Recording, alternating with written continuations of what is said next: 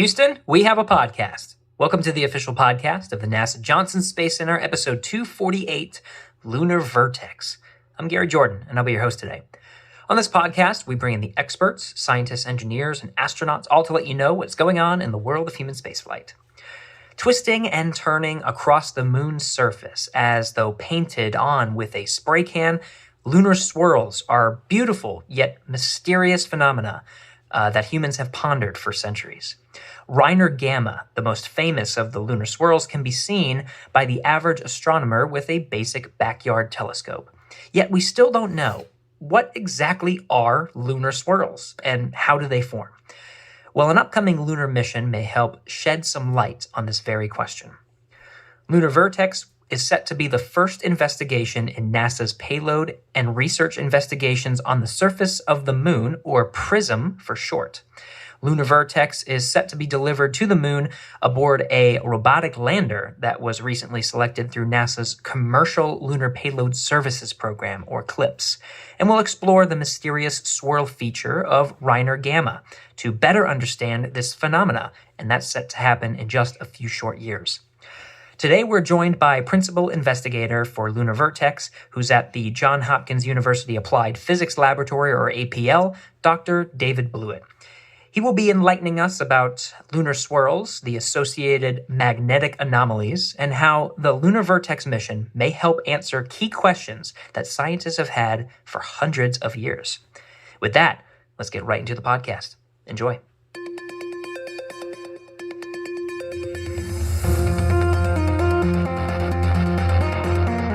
T-minus 5 seconds and counting. Mark. Lights are correct. There she goes. Houston, we have a podcast.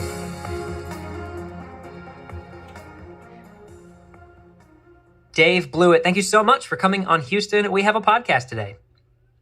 Oh, thanks, Gary. I really appreciate the invitation. This is a very interesting topic, lunar swirls, and of course the instrument on the CLPS mission that's going to be sending some fantastic instruments to learn more about this. But it's a very interesting thing. There's a lot of unknowns here, so we're going to try our best to best understand it. And I think you're the right person to do it.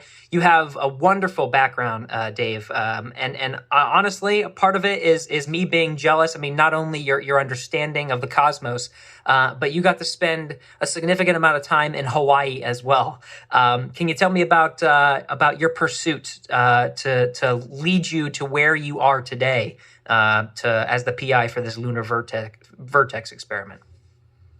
Yeah, sure. Yes, I was very fortunate indeed to attend graduate school at the University of Hawaii. And, you know, when I was there, my thesis advisor, Dr. B. Ray Hawk, and one of the other committee members, a guy named Jeffrey Bell, they had made observations of the Reiner Gamma swirl from Mauna Kea Observatory and published a paper about it some years before I arrived as a student. And then Jeff Bell shared some unpublished work that he did trying to identify possible swirls on the planet Mercury using the rather poor quality images from the Mariner 10 spacecraft that, visited Mercury in the mid-1970s.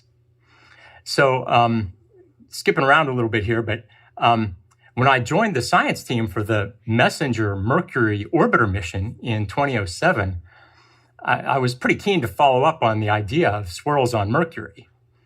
And it turned out that there aren't any, although Messenger made a whole boatload of really amazing discoveries about, the innermost planet. But that's for a whole nother podcast. So I'll go back to the moon. Yeah. So, this interest was piqued because of this work that my, committee members had done.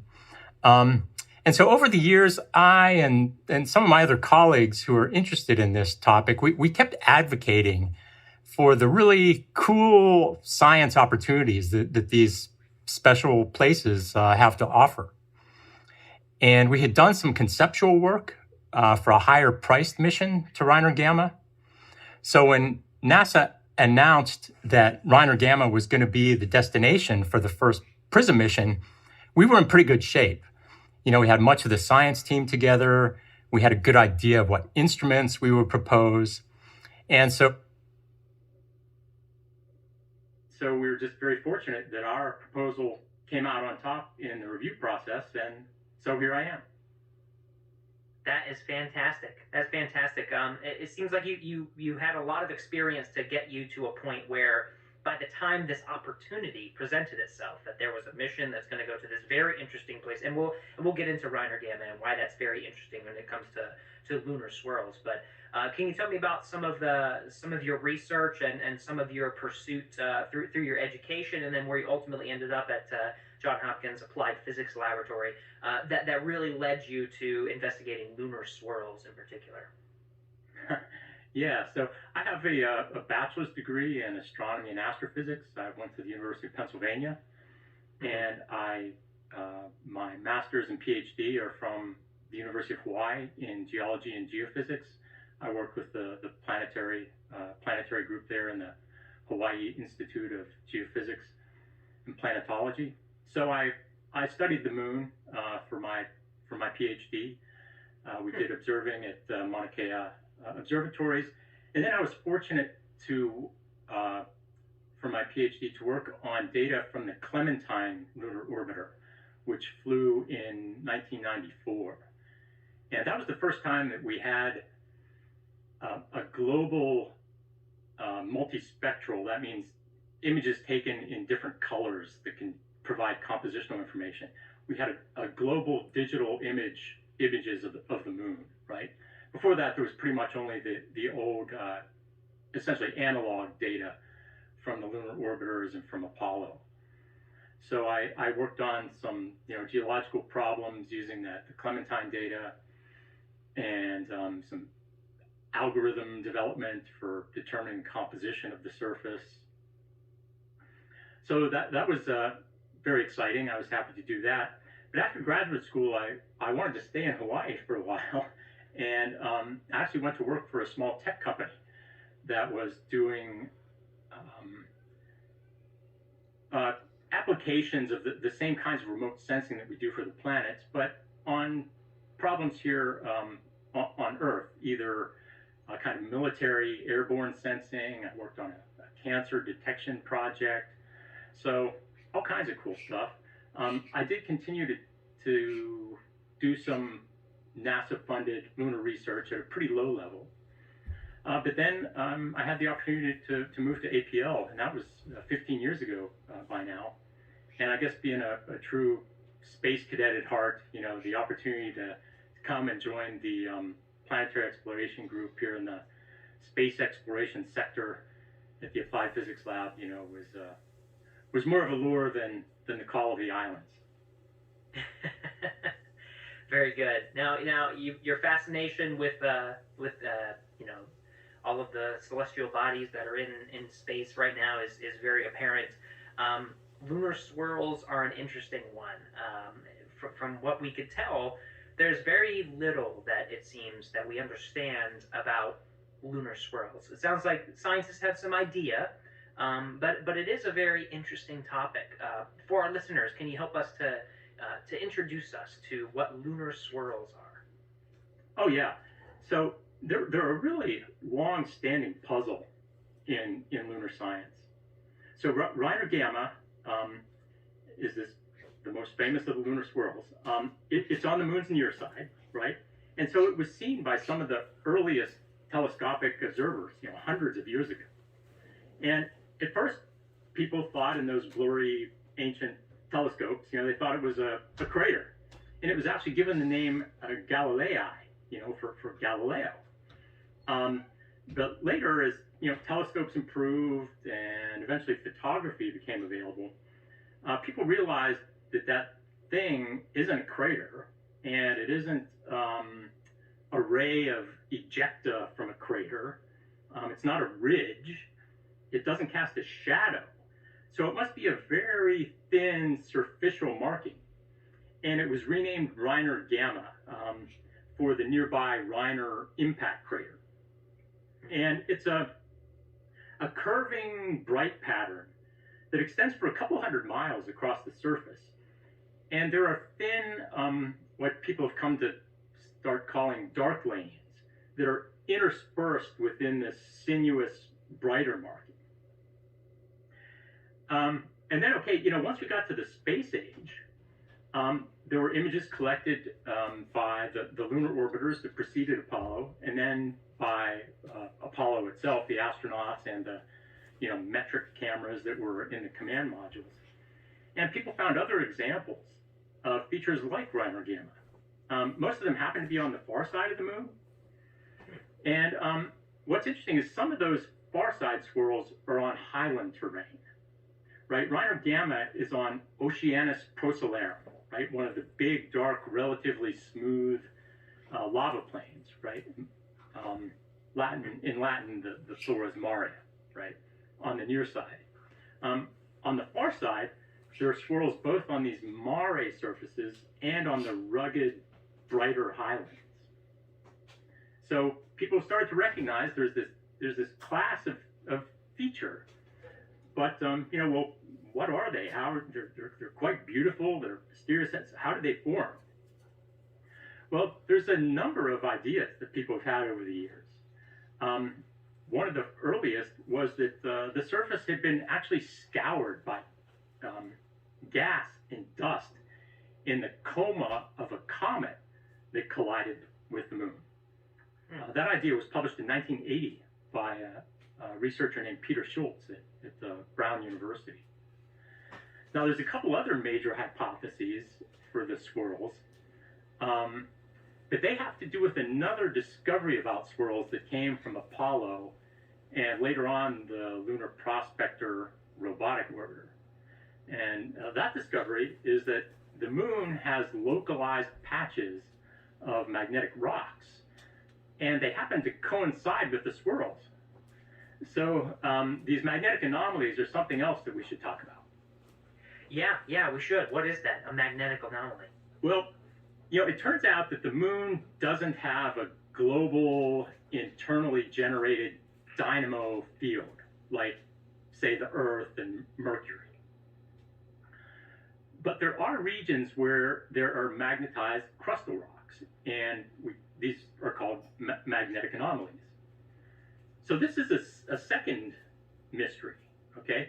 Why are there magnetic areas on a planetary body that today doesn't have a global field?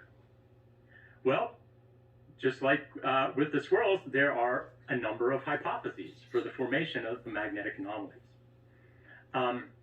But now that we know about the magnetic anomalies, let me head back to some of those other ideas for how the swirls may have formed. Yeah, and then we'll tie this all back in.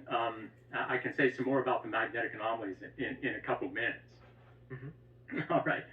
So how did the swirls form? Okay, one idea is scouring by the coma of a comet. Well, another hypothesis is called solar wind shielding.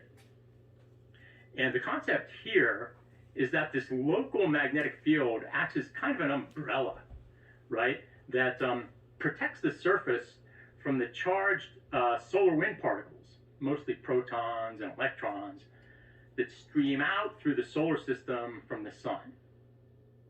Now, in a normal non-magnetic area, these solar wind particles come straight in and hit the surface, since the moon has essentially no atmosphere. And it's thought that the protons in particular affect the rocks and the soils and cause them to darken over time. This process, it's called space weathering. And the darkening happens when ferrous iron, if you remember your chemistry, that's Fe2+, ferrous iron, in the silicate minerals, gets chemically reduced to its metallic form. And so there are these tiny iron particles, and they're very good at absorbing light. So the material becomes darker. Well, so think what might happen if part of the surface is shielded from the solar wind, right? That area might remain bright, while nearby locations that don't have a magnetic field, they kind of darken as usual. And if the structure of the magnetic field is very complicated, then the result could be the complicated, sinuous pattern of bright and dark that we see in the swirls. So this idea, the solar wind shielding hypothesis, was also published in 1980. 1980 was a banner year for lunar swirls. And the first author of that paper was Lon Hood of the University of Arizona. And it's really cool. We've got him as a team member on our Lunar Vertex mission. And I'll just mention one other idea for what the swirls, how they could be forming. Mm-hmm. And this has to do with the unusual behavior of electrostatically levitated dust. All right? So there's pretty good evidence that solar ultraviolet light causes tiny little dust grains to become electrically charged. And repulsive forces might cause these grains to hop around. Now, through kind of complicated means, in an area where there's a magnetic field, there could be some associated electrical fields that are set up. And therefore, these electrical fields could influence the way that these little charged dust grains are hopping around. And maybe they get attracted to or repelled from certain locations that causes an accumulation of dust. And maybe this bright dust is what we're seeing as the swirl. So that idea is modern. It was proposed in a 2011 paper by Ian Garrick Bethel, who's now at the University of California, Santa Cruz. So those are pretty much the leading ideas for how the swirls formed. And then if you like, I could say a little bit about how did we get the magnetic anomalies. Yeah, that's exactly where I was going to go, because you said you were going to circle back to that. So let's explore that for a bit. Okay, yeah. So we've got our second mystery now, right? What formed the magnetic anomalies? Well, just to sketch those out really briefly. So first, remember I mentioned the comet impact mechanism for producing the swirl. Mm-hmm. Well, that idea actually wants to make the magnetic anomaly at the same time. And this is proposed to occur when there are complicated interactions that take place as the comet's coma, the plasma in this coma, is compressed against the moon. And there could be amplification of the comet's magnetic field or any ambient fields. And the idea is that it ends up impressing a magnetic field on the surface material. So that's one. Now another concept is also related to impacts, but in this case, it's the formation of large craters. Planetary geologists, when there's an impact crater that's bigger than maybe a couple hundred kilometers in diameter, we call it a basin. So basin-forming impacts are just tremendously energetic events, and there are gigantic quantities of melt and vapor that are produced.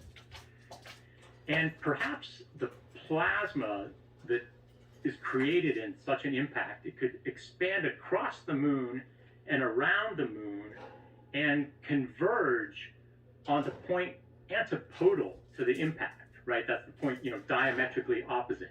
Opposite, yep. Yeah. And so that converging plasma, again, could perhaps amplify any ambient fields and cause the molten ejecta from the impact to acquire a magnetic field. All right. And then the third idea for making the magnetic anomalies is that, well, maybe in the distant past, the moon did have an internal dynamo field that it was generating in its small metallic core, just like, the Earth does today. So any lavas that erupted onto the surface or magma bodies, within the lunar crust, they might cool in the presence of that global field and retain what's called a remnant magnetic signature. But the global field has since died out, so we don't see it today. Yeah, so all these different ideas about the swirls, all the different ideas about the magnetic anomalies, they make certain predictions about the physical nature of these things. And our mission is designed to make observations that will allow us to test those hypotheses. Yeah, this is multi-tiered here, right? You got some ideas about the lunar swirls and then the magnetic anomalies. I was trying to write down all of the different magnetic anomalies and see if I could keep up. And from what I could gather, that first one was more like it was almost like it was delivered from the comets. Yeah. The second one Comet was impact. more of the. Sorry, say it again. Yes, that's the comet impact producing the magnetic anomaly. That's right. Yeah, and then the other one was the impact itself converging almost on a global scale from some of the larger impacts, and then the other one more so from the moon itself than from comets. Yes. Mm-hmm. Okay. That's Okay. right. Very good. So there's a lot and that's the idea here. I think is that there's a lot of you're making observations, you're collecting data, and you have some ongoing theories, but this is what we established sort of in the beginning was we really don't know. We have some ideas. Maybe it's one, maybe it's a mix of some of them, and that's where I think this mission comes in, right? So this is you said you were excited about this opportunity because Reiner Gamma is one example of the swirl, and I think you can correct me if I'm wrong. I think one of the reasons this particular swirl is so famous, I think, is because it's the largest and most observable. And if you had a telescope in your backyard, it's something that you could observe yourself. Am I characterizing that right? Oh yeah, there are some pretty spectacular swirls on the far side, but of course we can't see them from telescopes on the Earth. But yeah, Reiner Gamma is definitely visible to amateur astronomers, and we look forward to maybe having some star parties and that sort of thing associated once our mission's going. Well, let's get right into the party then. Let's talk about the mission, Lunar Vertex. Now, you obviously have some ideas about and some hypotheses that have been around, as you mentioned, since some of the first theories about lunar swirls were published in 1980, though they were observed earlier than that. So you've been thinking about this a while. This is something where we actually get to physically go to that fantastic location, Reiner Gamma. So what is Lunar Vertex? Tell us about this mission. Right. So Lunar Vertex is the first of the so-called PRISM missions. That's an acronym that stands for Payloads and Research Investigations on the Surface of the Moon. PRISM, PRISM. And what this program is doing, it is allowing, it's funding science investigations that will be carried to the surface of the moon on board commercial landers. So that's another relatively new program that NASA has that goes by the name CLIPS, Commercial Lunar Payload Services. And the way that CLIPS works is that there are a number of companies that have qualified to bid on these delivery jobs. And the CLIPS companies are in charge of all aspects of the mission, essentially. They build the lunar lander. They have to go out and contract with a launch vehicle provider. That means a rocket to get you to the moon. They are responsible for the communications between the Earth and the moon. And they just bid on these jobs when NASA issues a call for proposals.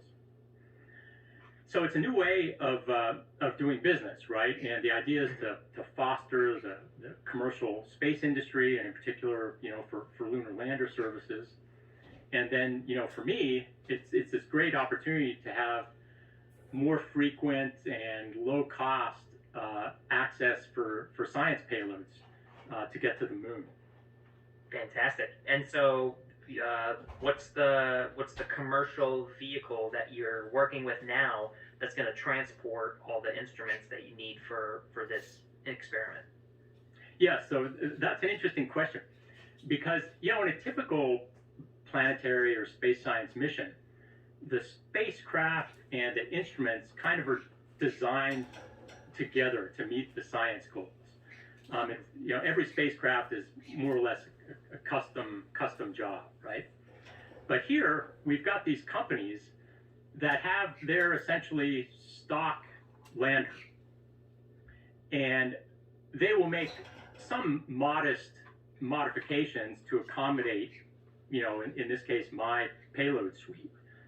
But it's not a completely bespoke spacecraft. So, and in fact, the lander is selected after our lunar vertex science investigation was chosen. So it's a new way of doing things. Everything isn't exactly perfect. We don't have full control over the design of the lander, but we're working with our provider. It's a company called Intuitive Machines that NASA selected for our delivery, and we're working really well with them to let us have a successful science mission. And so, what is that mission? So it's you got the delivery vehicle, obviously, and it sounds like you were selected a while ago. What is this pay? Now that's what we're talking about. This Intuitive Machines. That's the actual delivery truck, right? That's gonna land on the moon. But then obviously there's that delivers your payload of sorts. So what is your payload? What is this instrument that's going to help observe lunar swirls? What does this look like? Yeah, right. So you're just right. There's the delivery service provided by the lander, but our lunar vertex payload suite, it's designed to carry out a comprehensive study of the Reiner gamma magnetic anomaly and swirl. So we have 3 science instruments that are mounted on the lander. Plus, we have a small rover that's going to carry 2 additional instruments.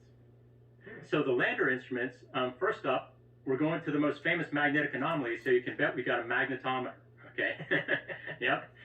And also on the lander, there's a set of cameras to survey the surroundings and measure the reflectance and how it changes as the solar illumination angle changes throughout the day. And we have a solar wind spectrometer. And what it does, it detects the energy and direction of the ions and electrons that actually make it down to the surface. And then we've got a small rover. It's just about 20 inches long.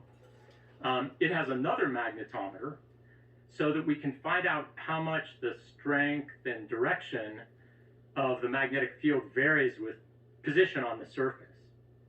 Now, we plan for the rover to drive about 500 meters, 0.3 of a mile, although we hope it can probably do twice that. And then the second instrument on the little rover is a special microscope, and it's going to peer down at the soil underneath the rover's belly and take close-up pictures that show us the texture and the size of the particles in the soil. And by using a set of different wavelength LEDs to illuminate the surface, the microscope will provide some information on the composition of the soil. Now, one of the key reasons we wanted to have a rover is that, this information on the texture and composition of the soil, that's going to help us to test these hypotheses for the origin of the swirls, right? If you remember, the comet coma collision involves this idea that sort of a wind of gas and dust scoured the surface. Well, in that case, you might expect all the fine-grained material to have blown away, right? But what if swirls are being formed by this dust accumulation hypothesis? Well, and therefore, you might expect there to be an abundance or overabundance of very fine-grained dust, right? So this microscope's important, but the blast from the lander's rocket engines is going to disturb the natural surface. So with the rover, we can drive outside that blast zone, so we can check out the pristine, unmodified surface material. Okay, all right. It's multi-tiered here. So you got you're observing the soil itself. Now the magnetometer. Let's go to that for a second, because this one seems like it's. You said, of course we have it, and this is we're talking about magnetic anomalies. It measures this magnetic anomaly. Now you have one on the lander and you have one on the rover. So what exactly are they going to be doing? Is it a redundant thing, or do they have distinct missions? Yeah, they have distinct missions. We're actually going to have the lander magnetometer turned on during descent and landing, because that kind of altitude profile, from 100 kilometers above the surface all the way down to landing, that's really important for helping us to understand and produce mathematical models of the nature of the magnetized source body, as it were. So that's really key, that we're going to be on with the lander mag during landing. But then it's just going to stay on after landing. And it has a special design that allows us to separate any magnetic fields that are generated on the lander itself from the natural background magnetism, which is what we actually want to measure, right? Because again, we don't have full control over, the design of the spacecraft.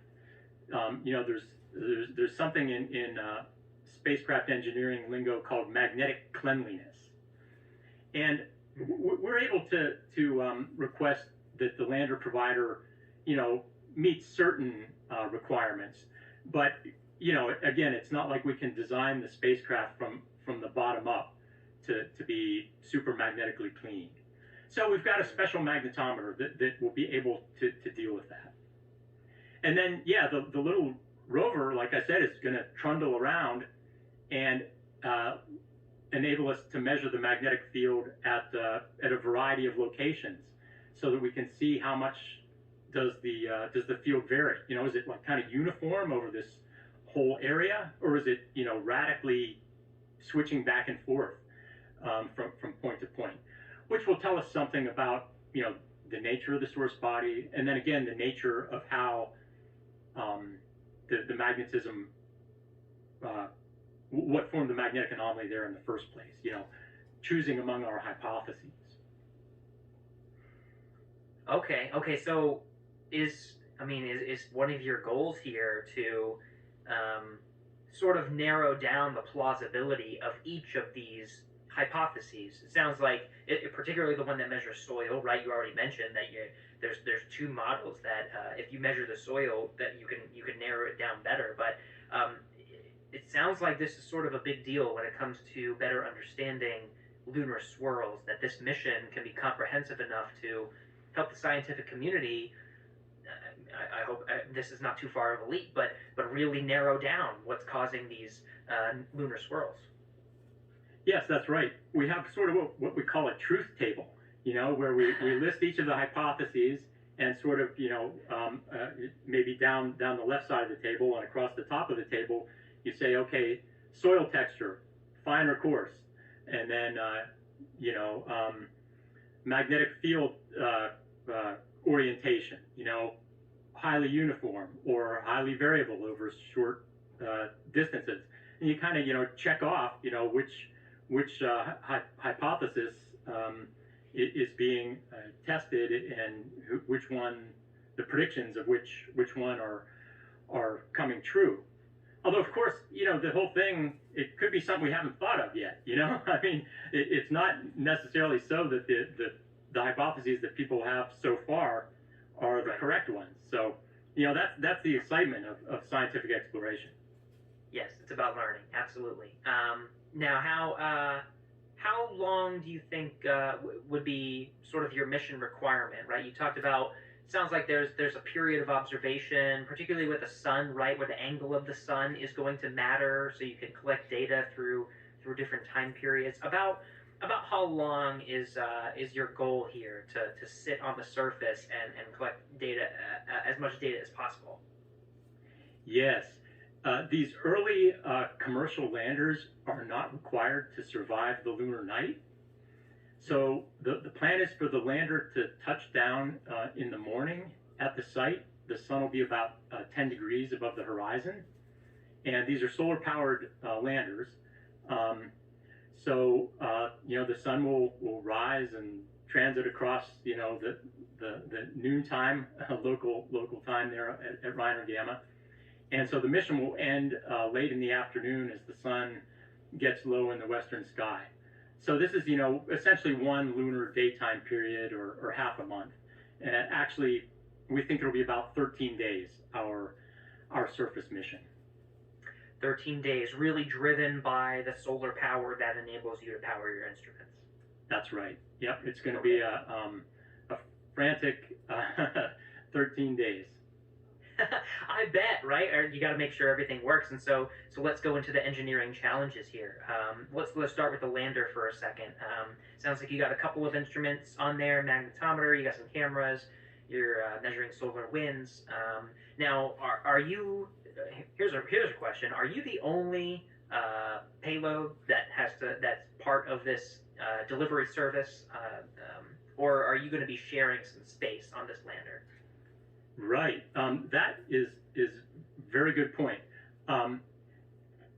NASA allocated a certain amount of mass to Lunar Vertex and power, but they also have kind of a list of experiments that they want to send to the moon, and so they filled out the remainder of the manifest with three other things. One is a technology demonstration from the Jet Propulsion Lab that involves cooperative activity among some small rovers.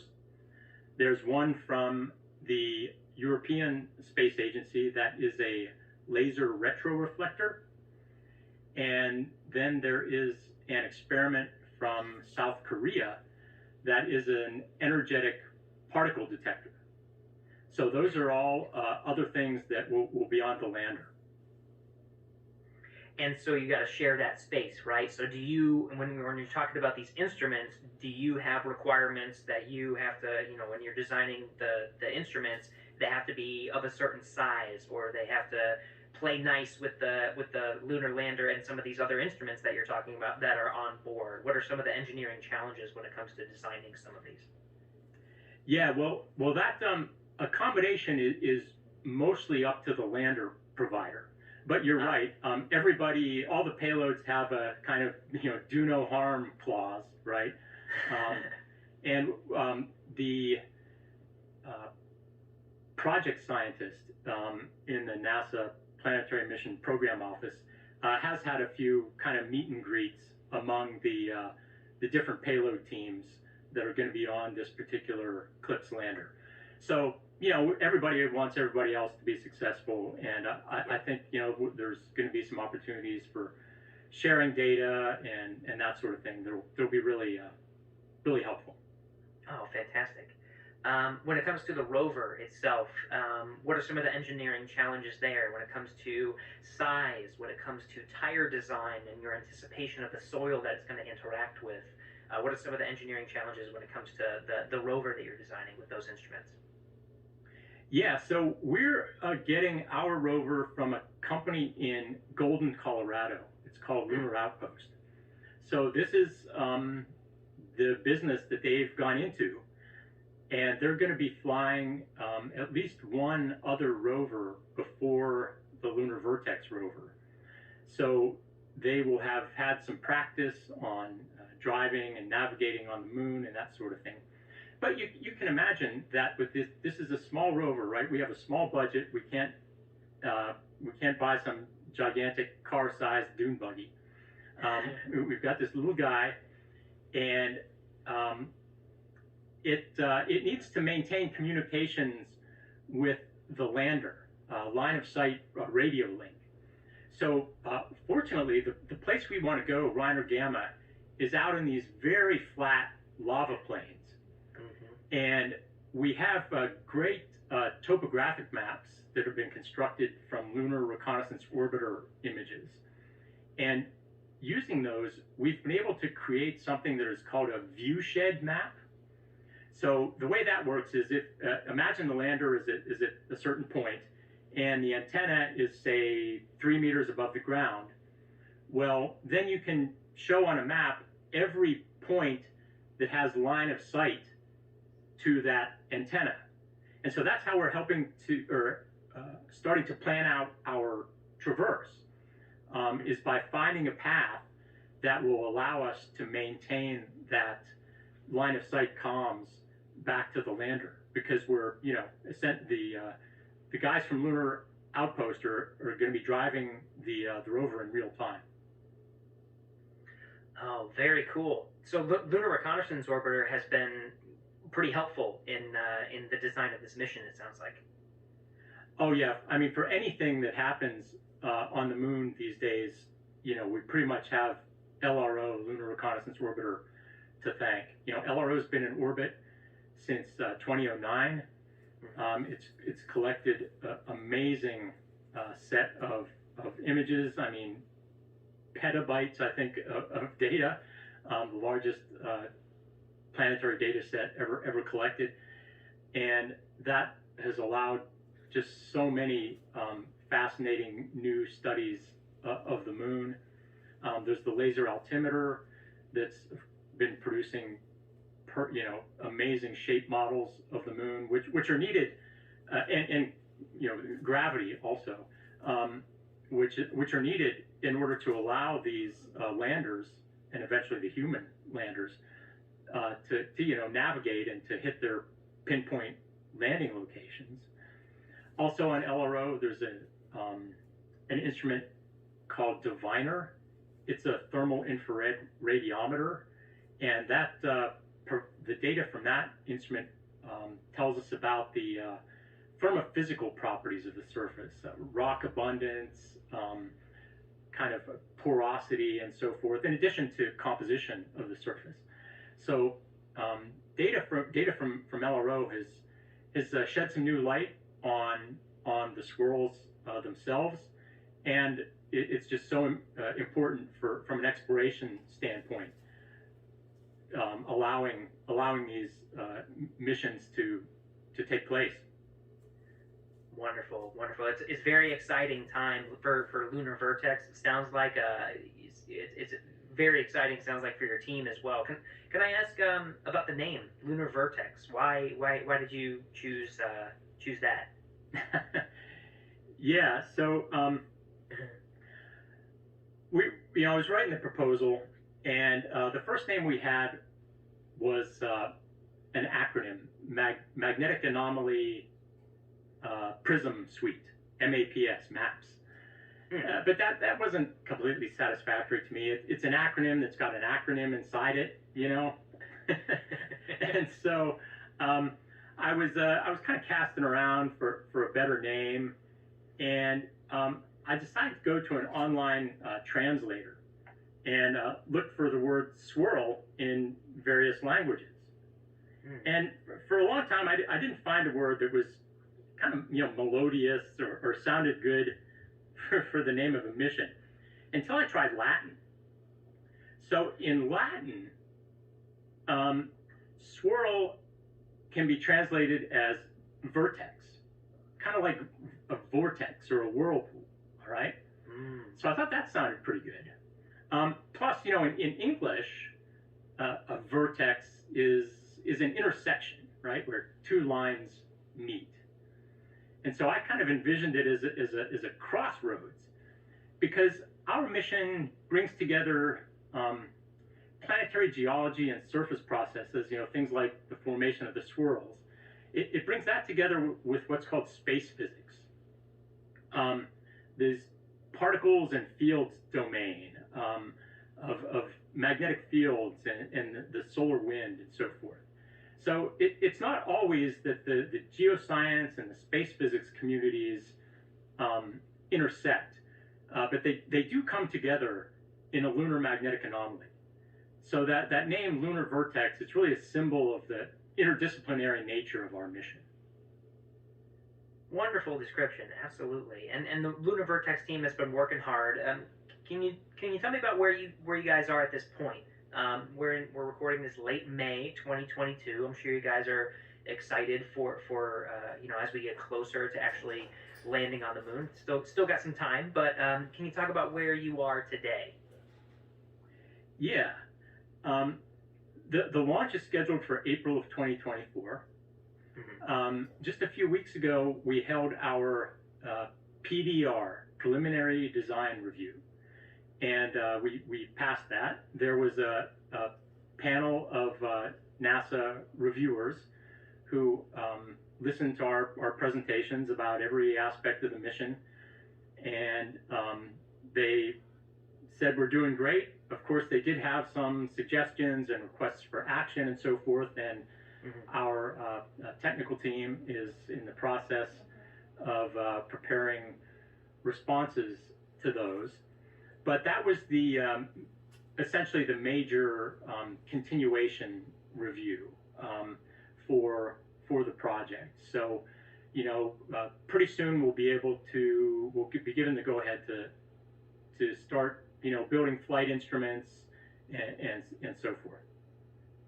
Okay, yeah, and then all the testing begins. So a long road ahead. But when you pull back and think think about what you're doing, and you're there's this crazy idea of a lunar swirl that scientists have been hypothesizing for a while, and you're getting this opportunity to go to Reiner Gamma and physically be there with all sorts of instruments that I believe scientists may have been wanting for a very long time to get to this point. When you think about that you're on the team and have this opportunity that's been enabled through things like Prism and Clips,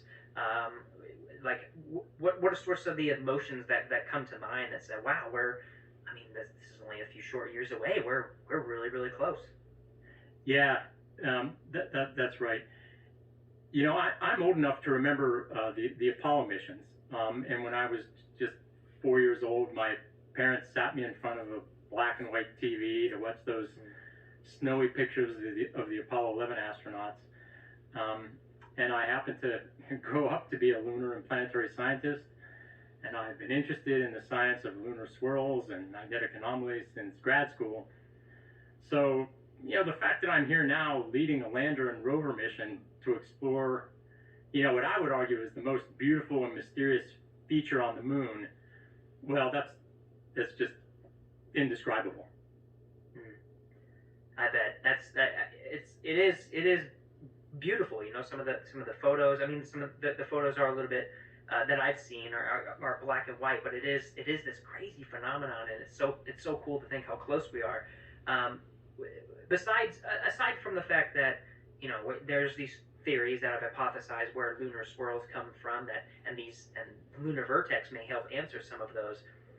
How do you think this mission just overall will help us to understand just more about planets and their formation, and about the history of our solar system, going beyond just this phenomenon itself?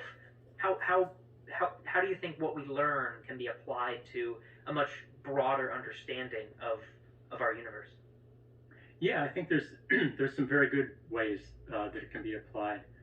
I mentioned that soil darkening process that happens. We call that space weathering, and that's something that affects the surfaces of airless bodies throughout the solar system. So Mercury, the moon, asteroids, the moons of the outer planets. And when we observe those bodies with remote sensing, whether it's with an Earth-based telescope or with an instrument on a spacecraft, the space weathering kind of complicates our interpretations, right? So, if we see a surface that looks dark, well, is it dark because those rocks are inherently low reflectance because of their composition? Or is the surface dark because of this space weathering, right? So it's important to understand this as well as we can. And now a great thing about studying space weathering in a lunar swirl is that it's a natural laboratory. So a little while ago, I mentioned how the solar wind is thought to contribute to this space weathering. Well, there's another agent that also affects these airless body surfaces, and that's micrometeoroid bombardment. So sand and dust-sized particles that just come zinging in with their full-on cosmic velocities and hit the surface, and they cause melting and vaporization.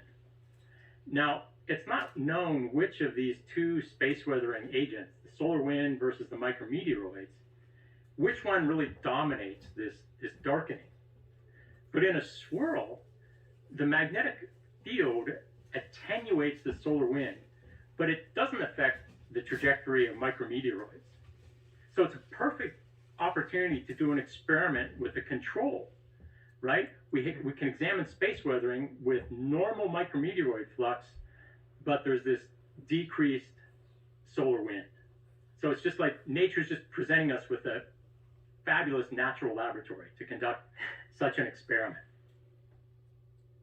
And, the magnetic field part, learning more about the moon's magnetic fields, that's important for understanding its thermal history. How long was it hot enough down in the core for there to be convection of that molten iron generating a magnetic field? And internal heat is related to volcanism. So for how long was there melting in the mantle, driving magmas towards the surface and maybe eruptions? Now, I mentioned all those hypotheses for the magnetic anomalies, but, what if it turns out that we think the magnetic anomalies were produced by impact processes? Well, that's an important, discovery. If we can, confirm that in fact asteroid or comet impacts can produce magnetized rocks, that's pretty interesting and important. And again, something that could be happening on other bodies in the solar system. And one of kind of the third major goal of Lunar Vertex is to look at the interaction between the solar wind and the local magnetic field. So there's evidence from orbital studies that in some locations the magnetic field is actually strong enough to stand off the solar wind. And this creates what the plasma physicists call a mini magnetosphere. Now, these are probably the very tiniest magnetospheres in the solar system. They're much, much smaller than the big magnetospheres of Earth or Mercury or certainly of the, outer giant planets. But nonetheless, there's interesting plasma physics going on. So Lunar Vertex is going to help explore this full range of, diversity of magnetospheres in the solar system. Very exciting stuff. Now, I think, many of our listeners, there may be some who got to have the extreme pleasure that you did of witnessing the Apollo missions themselves. But we're in this new era of exploration with CLIPS as the robotic missions, but Artemis as human missions and everything like that. I expect, I hope at least, a new wave of inspiration, just like you had, where you saw something so wonderful and dedicated your career to exploring the cosmos. For those for the next generation that want to follow in your footsteps and conduct science and continue this fantastic research of understanding our universe, what would you say to listeners who may be considering pursuing science and astronomy or geology, any of the things that you're looking at, and want to take that next step into this wonderful world? What advice would you pass on to our listeners? Oh, well, this is just a fantastic time to be getting into the space biz. Whether you're an engineer, a scientist, or any other contribution that everyone across our society makes to a big endeavor like Artemis, returning to the moon with humans and robots. It's just so exciting that America is doing this. The moon is a place which is such an incredible diversity of features. There's so much to learn about the formation of the Earth-Moon system and planetary evolution in general. So whether it's the water that's frozen in the permanent darkness of the craters in the polar regions, long-standing mysteries like the lunar swirls, or more recently discovered features that came from LRO, pits, caves, lava tubes. There's this, dome-shaped volcanic mountains of a strange composition that are going to be the target for the PRISM 2 mission. The moon, it just has so much to offer. The Apollo missions half a century ago, they were just an astounding first step. But now with Artemis, we're ready to go back in an even bigger way. We're going to study the moon from pole to pole and from near side to far side. With both these low-cost robotic missions like PRISM, all the way up to the establishment of a sustained human presence. So I just think we're very fortunate, to live in a country that's able to spend a tiny, tiny sliver of the federal budget on these kind of pursuits of the imagination, whether it's basic science research or space exploration or the arts and humanities. I'm just very grateful for that. So, I look forward to seeing everybody on the moon at Reiner Gamma in 2 years. Wonderfully said, Dr. David Blewett. Thank you so much for coming on Houston We Have a Podcast. This pursuit and Lunar Vertex is a wonderful mission, very inspiring, and I hope our listeners will follow along to understand, your progress through this, and then ultimately what we find from some of the instruments you're sending to the lunar surface. Thank you so much for coming again. Oh, you're welcome, Gary. It was fun to talk with you.